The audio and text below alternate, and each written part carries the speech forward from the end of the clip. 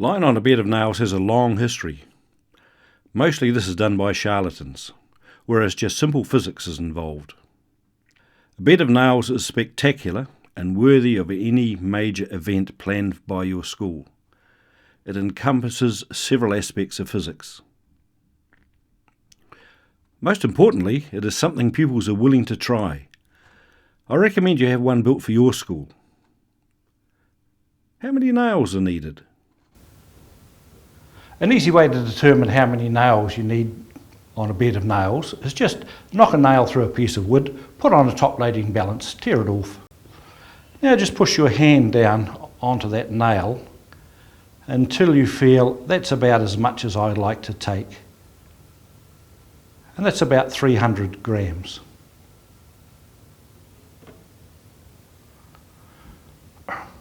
So I weigh about 100 kilograms. That means at least 300 nails need to be in contact with my body.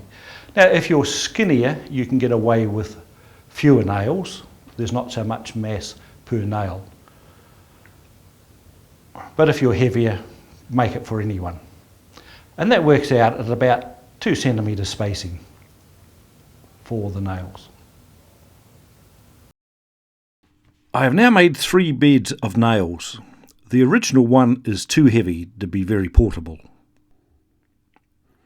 I had the new model made in 2 halves for portability, each a metre long and 40 centimetres wide, just wide enough to take your shoulders, and no sides to make it look really wicked. Holes were drilled with 20mm spacing into medium density fibreboard, which was 20mm thick. Each hole was slightly smaller than the nail diameter to ensure rigidity. I used 100mm nails, stainless steel so they kept their shine, but this is too expensive for a general school bed. Some epoxy resin was used with each nail to keep them rigid. Finally, a carpet offcut was glued onto the back to protect any surface the bed of nails rested on. Right, well the bed of nails is all ready now for use. All we want is a pillow, just a piece of wood, because the back of your head isn't flexible and there's too much weight being taken by just 1 or 2 nails, and that would cause problems. So we just have a pillow.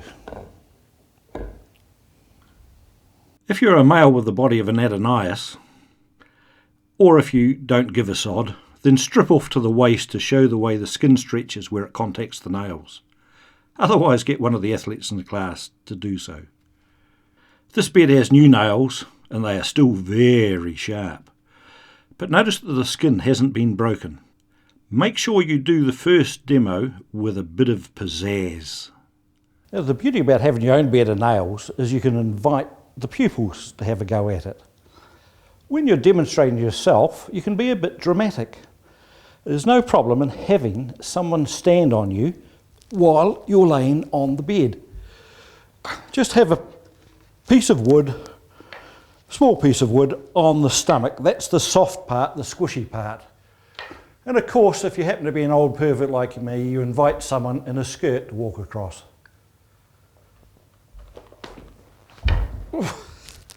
See? No trouble at all. If you trust a particular pupil, you can have them actually jump up and down on your stomach. But of course, make sure you choose someone you haven't just failed within the last couple of weeks. And if you want to go a step further, you can actually break a concrete block on your chest, as in the concrete block demonstration. But why give away 2 good demos for the price of 1? Might as well do them separately. And in a big display, go theatrical. The following clip is from the opening of SciCon 2004. I had a continuing patter with the assistants that they weren't being paid, and they gave the appearance of being pissed off with that. So after one grueling, death-defying demonstration, I stated I could do with a bit of a laydown. Did they have a beard out the back? Not surprisingly, for their assumed state of mind, they bring on a bed of nails. Well, I've ruined one shirt tonight, so I'll do another.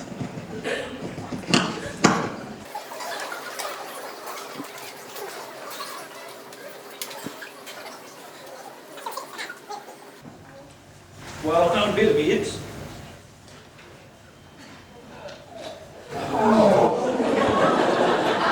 Almost sounded expensive.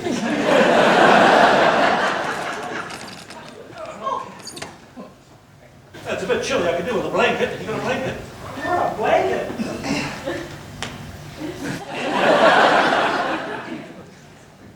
There's your blanket. God, that's a bit skimpy. What about another one? There's one over on the beach over there. Are you sure you're not paying? No, yeah, no, there's nothing in it. What is? We're doing this Oh, for I'll get that. that blanket, shall I? Yeah, sure.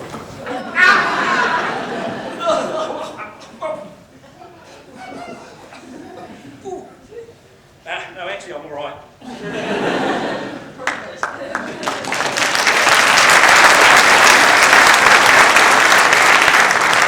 It didn't really hurt at all, so it's quite okay.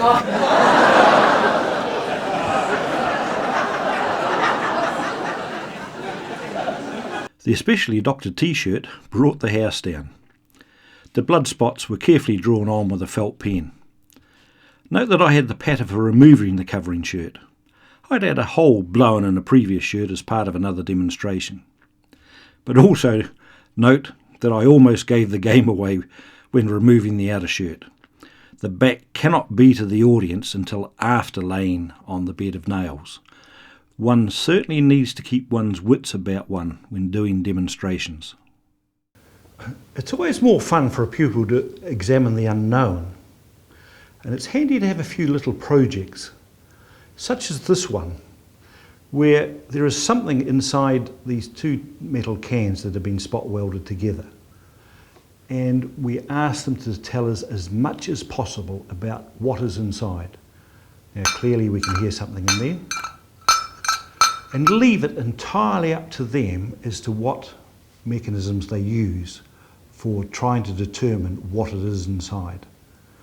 But just as an example, they could be given a magnet. They have to ask for anything, don't give them anything, and determine whether or not it's magnetic inside. It can be put upright and then just slowly tilted to see when it falls over, and that will give some idea of thickness. Rolling it around, is it smooth? Right.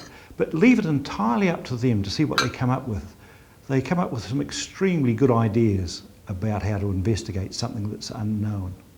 Of course, they're not allowed a tin opener, and they're not allowed an X-ray machine.